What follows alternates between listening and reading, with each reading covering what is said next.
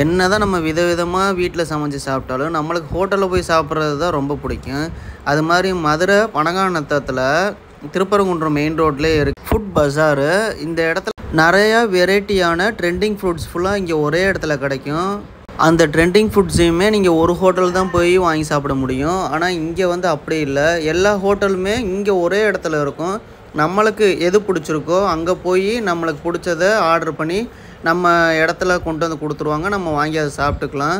இங்கே இருக்கிற ஹோட்டல் எப்படியும் ஒரு 10லேருந்து 15க்கு மேலே இருக்கும். அங்கே உள்ள ட்ரெண்டிங் ஃபுட்ஸ் ஃபுல்லாமே இருக்கும். நம்மளுக்கு எது தேவையோ அங்கங்கே நம்ம போய் பார்க்க வேண்டியது.